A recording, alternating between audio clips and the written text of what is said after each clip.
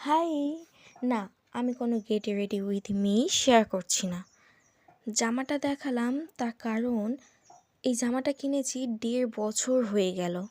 আর এই ১.৫ বছরে জামাটা পরছি মাত্র ২ বার। জামাটা যে খারাপ তা কিন্তু নয়, সমস্যাটা অন্য জায়গায়। রং।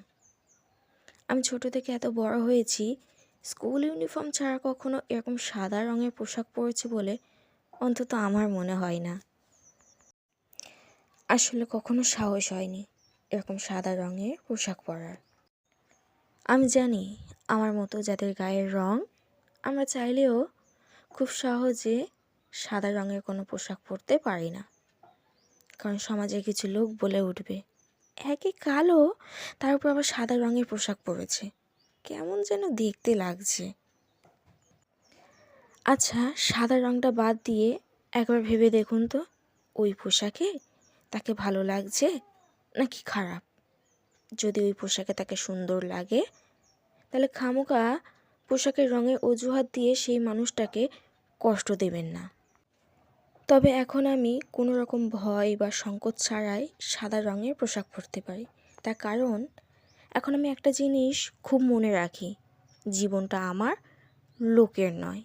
লোক তো অনেক কিছু বলবেই, তাই বলে কি সব কিছু শুনতে হবে? গায়ের রং বা পোশাকের রং বাইরে থেকে দেখা যায় বলে খুব সহজে কিছু বলে দেওয়া যায়। দিন পাল্টাচ্ছে, সময় বদলাচ্ছে, মানুষও সময়ের সাথে তাল মিলিয়ে চলতে শিখছে। কিন্তু যেটা পরিবর্তন হচ্ছে না সেটা হলো মন আর মানসিকতা।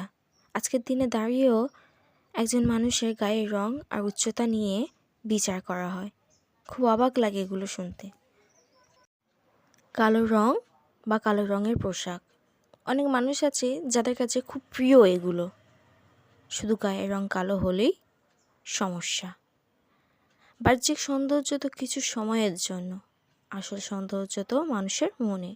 কিন্তু তারপরেও আমরা সব কিছু ভুলে সেই বাহ্যিক সৌন্দর্য নিয়েই পড়ে থাকি। তো যাই হোক, তোমাদের সাথে গল্প করতে করতে আমি রেডি হয়ে গিয়েছি। আসলে আমার একটা জায়গায় যাওয়ার ছিল, সেই জন্যই আমি রেডি হচ্ছিলাম। আর এই যে ঘড়িটা দেখলে হাতে পরলাম, এই ঘড়িটারও কিন্তু একটা ঘটনা আছে। আজ এইটুকুই থাক, ঘড়িটার গল্প না হয় অন্য কোনো দিন বলবো, অন্য কোনো সময়।